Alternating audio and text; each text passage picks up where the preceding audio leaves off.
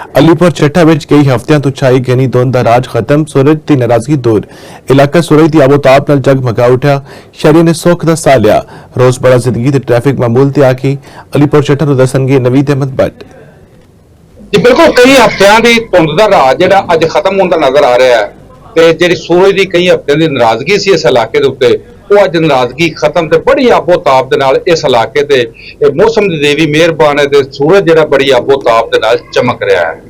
लोग जिहड़े रजाइयां ते जुल्ले उत्ते लैके ते सर्दी महसूस कर रहे सन, वडेरे ते जिहड़े बच्चे जिहड़े सन सर्दी नाल ठर रहे सन, वो अज सर्दी नूं दूर करके ते अज धुप्पे इस धुप्प नूं इंजॉय कर रहे हैं ते धुंध दे राज खत्म होने की खुशी भी मना रहे हैं। मेरे नाल शहरी मौजूद ने, वो की आंदे ने उन्हां नूं पुछने आ। काफी दिनों तो बाद मेरा क्वाड 10-12 दिन तो बाद मौसम अल्लाह ताला ने बड़ा सोहना कीता वे, धुप्प निकली है तो जिंदगी मामूलात जिहड़े ने अपने जगह ते होण लग पे ने। को अपना जैकटा शैकटा ला छड़ियां ने, शुक्र अल्हम्दुलिल्लाह धुप्प बड़ी अच्छी आबोताब नाल निकली है। ये बिल्कुल ये भी रब अगे भी इल्तजा कर रहे हैं ते महकमा मौसमियात की पेशीन गोई है कि आने वाले दिनों च मजीद मौसम जिहड़ा खुशगवार ते गर्मी की तरफ जाने की तवक्को की जा सकती है।